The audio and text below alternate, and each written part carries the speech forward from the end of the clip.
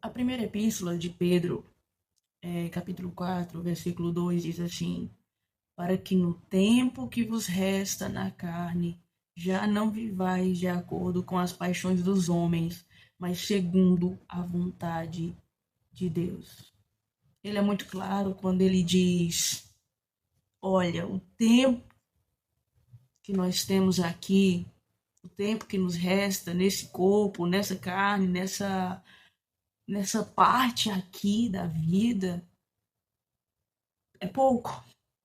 Se você parar um pouquinho para pensar, você vai ter que admitir que nós não temos tanto tempo aqui. Eu sei que a gente tenta driblar a realidade e a fatalidade da morte, mas nós não temos como escapar disso. Nós não temos. Então ele diz o seguinte: o tempo que ainda resta a você aqui, esse tempo precisa ser preenchido pela vontade de Deus e não pelo entretenimento, por exemplo. A W. Tozer, um pensador do século XX, faleceu no ano de 1963, se eu não me engano. A W. Tozer falava sobre o Deus entretenimento. E ele dizia que já no século XX, a sociedade onde ele vivia era movida por entretenimento. As pessoas estavam sempre em busca de um narcótico espiritual, se é que nós poderíamos dizer assim. As pessoas estavam sempre em busca de algo para ocupar o seu tempo e a sua mente, e elas precisavam estar distraídas o tempo inteiro porque elas não suportavam a dura realidade do vazio existencial que preenchia toda a sua existência. E hoje não é diferente. O Deus entretenimento, sim, eu acredito que nós podemos chamar o entretenimento de um Deus, porque ele tem se tornado objeto da idolatria da maioria das pessoas. Quem sabe você, quem sabe a minha própria pessoa, movidos por uma urgente necessidade de sermos entretidos. A prova disso, me perdoem a sinceridade, a prova disso são as muitas séries que existem por aí, as novelas, os filmes, o futebol, por exemplo, a Copa do Mundo. Eu não quero ser uma pessoa crítica do futebol, até porque é uma coisa que eu gosto muito, gosto muito do futebol. Mas pare um pouco para pensar. Se nós pararmos um pouco para pensar, nós precisamos ser honestos. O que é o futebol?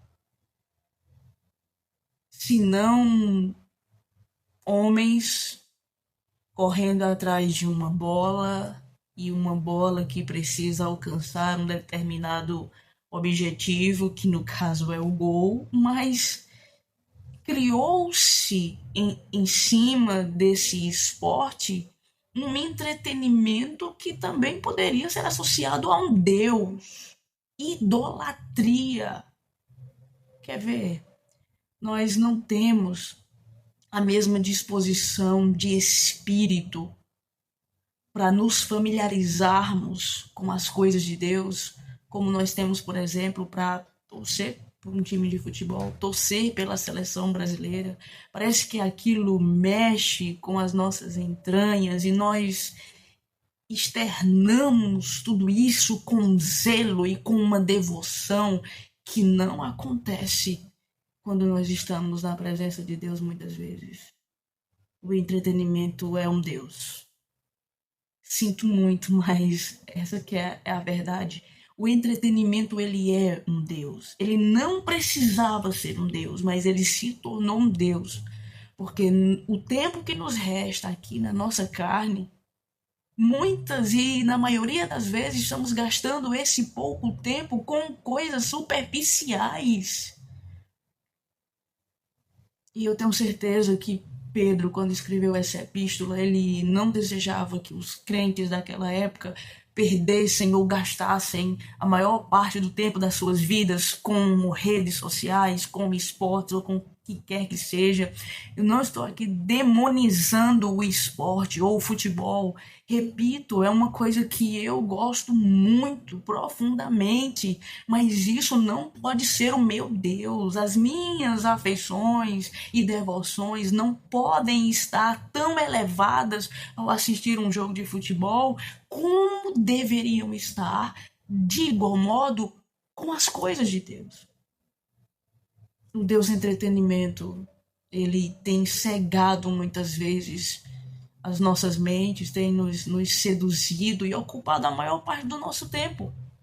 Nós não devemos e não podemos ser hipócritas, nós precisamos ser realistas. O entretenimento, as coisas que nos envolvem nesta vida, elas têm tomado uma proporção gigantesca. E digo isso falando a respeito do nosso tempo, daquilo que nós dedicamos a essas coisas. E Deus fica com aquilo que me sobrar ou com aquilo que me restar do meu tempo. Nós temos que ter muito cuidado. O conselho e a exortação de Pedro é: olha, o tempo que nos resta na carne tem que ser gasto esperando a vontade de Deus e não tentando usar o entretenimento como um narcótico existencial para nos anestesiar da realidade que nos cerca. Não, nós não podemos ser esse tipo de pessoa. Temos que andar em sobriedade, apressando e aguardando o dia da vinda do Senhor Jesus.